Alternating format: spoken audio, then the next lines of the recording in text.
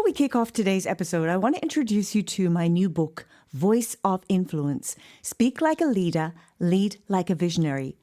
You can have all the degrees in the world. You can be technically brilliant, a full-on expert in your field. But if you can't communicate that expertise in a way that's interesting and engaging, well, I'm sorry to say it, it's going to fall on deaf ears.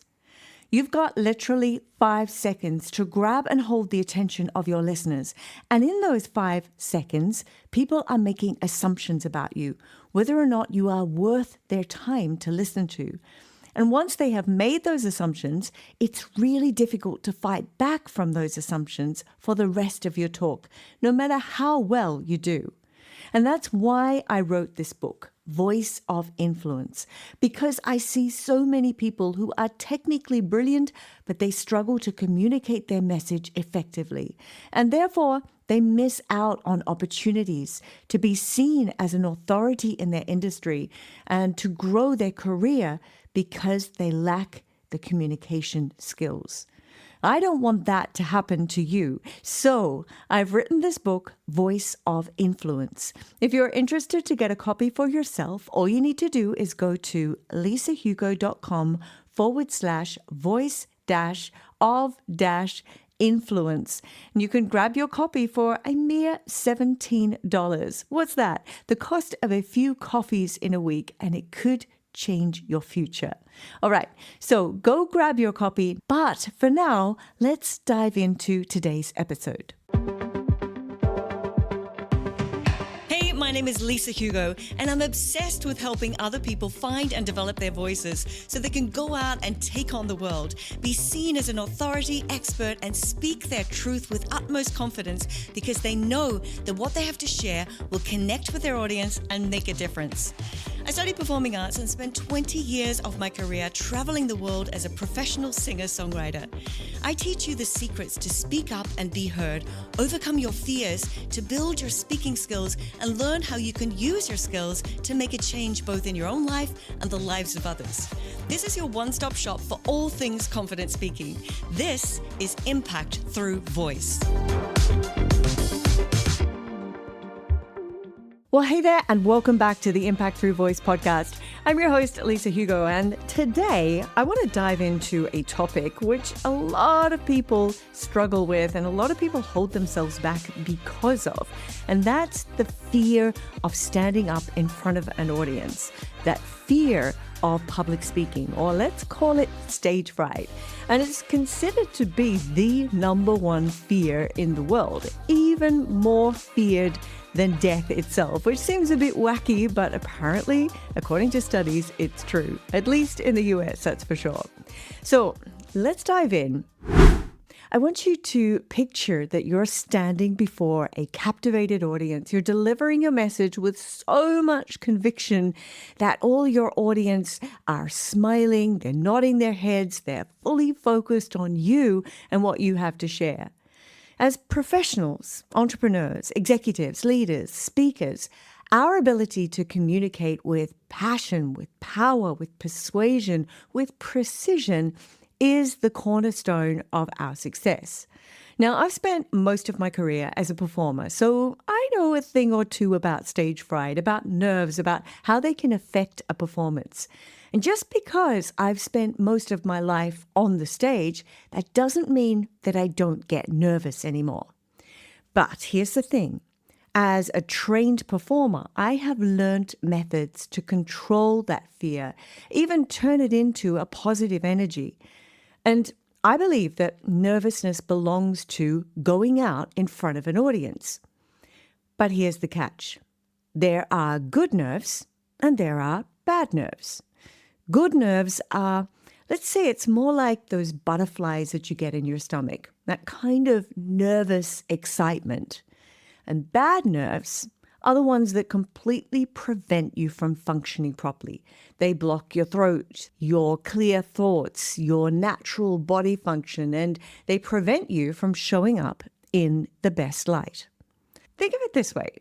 You're going on your very first date with somebody. You're on your way to meet this new person who you are most likely attracted to, And that's probably why you're going on the date in the first place. You've got butterflies in your stomach. You might even feel a bit sick. That is nervous excitement. You're not dreading the date, at least I hope you're not. You're looking forward to. It's a happy kind of nervousness.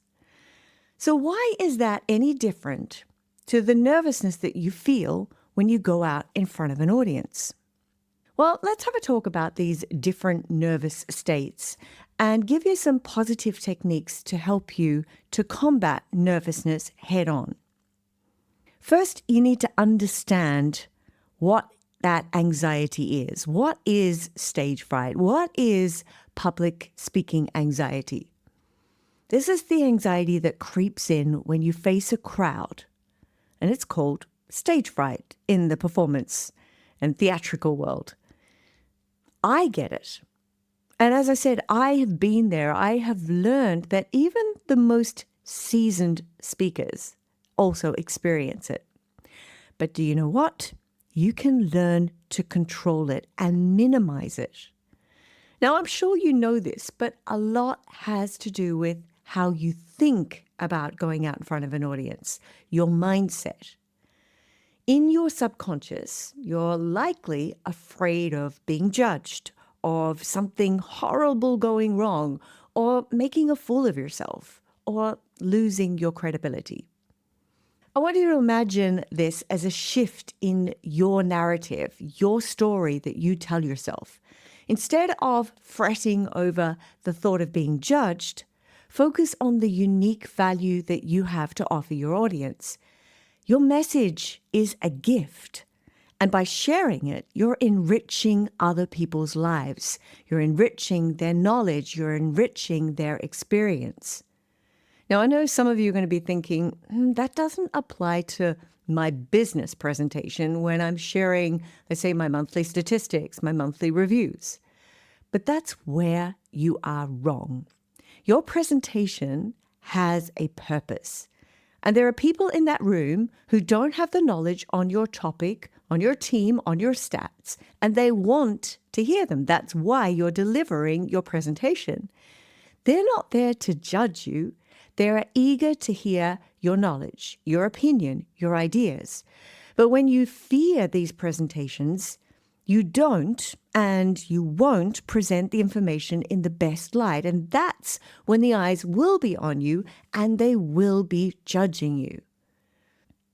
So what are some practical strategies that you can use to conquer this stage anxiety?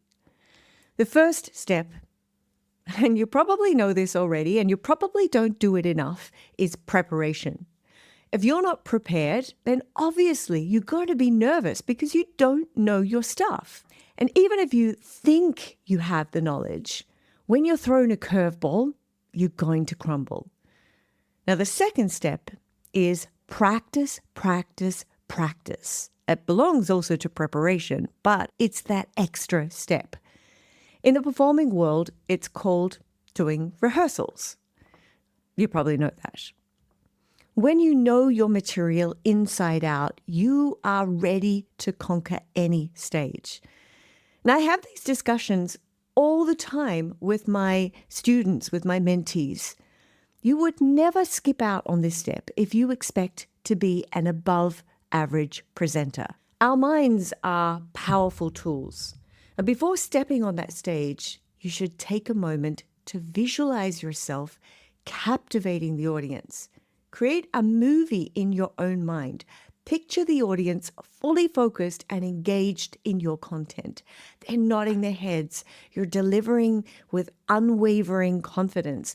You're setting the stage for your success before you actually go on the actual stage by putting yourself in this framework, setting this movie up in your mind.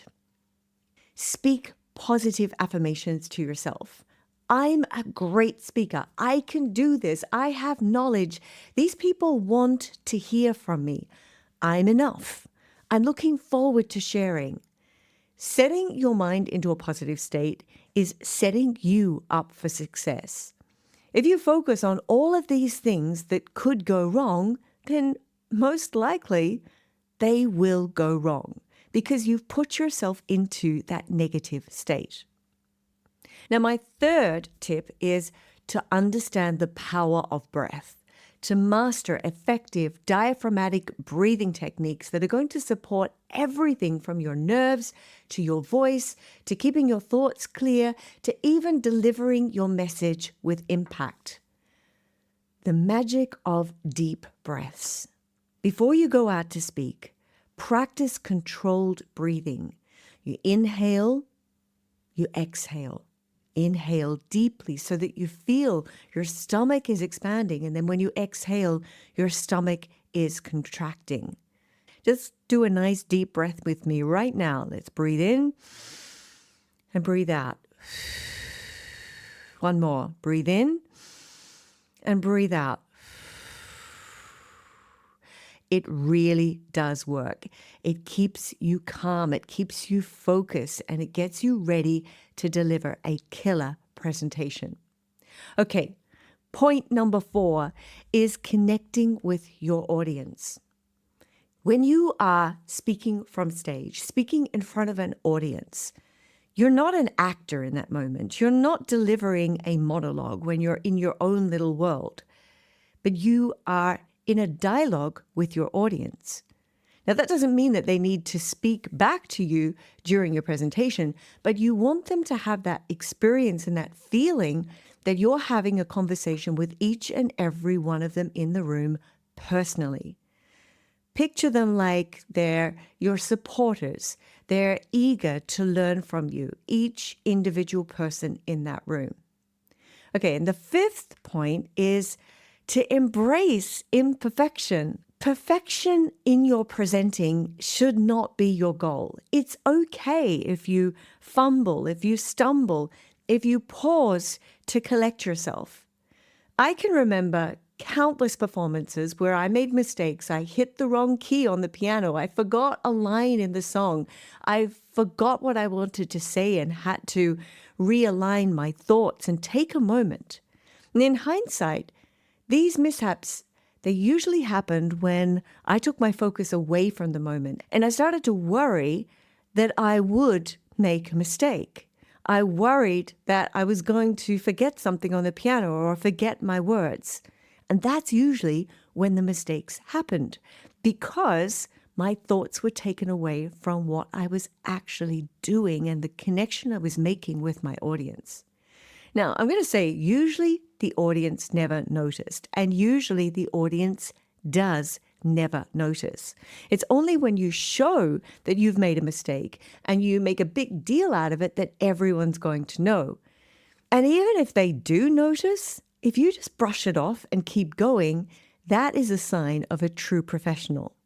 Those unscripted moments humanize you in front of your audience, and they make more genuine connections. Your audience, believe it or not, loves vulnerability much more than you would understand. So think of it as the real you shining through that spotlight. And point number 6, after the curtain falls, take some time to reflect on your performance, on your presentation. Celebrate the things that you did really well. Take notes on the things that you did well and the things that you can improve on so that you can learn and you can grow. Every step, every misstep is all part of your journey. So to wrap it up, overcoming stage anxiety is a journey, and it's going to be different for you and different for the next person. But every technique that I've explored with you today is a stepping stone. As professionals, our stories deserve to be heard. Our knowledge deserves to be shared. If these strategies resonate with you, please subscribe to the podcast. And it'd be so great if you could leave a comment or leave a review. Let me know if this has been helpful for you. Your comments really do help me to reach more people with these valuable insights and tips so that more people can become confident and powerful speakers. All right, so that's it for today's episode. I'll see you in the next one.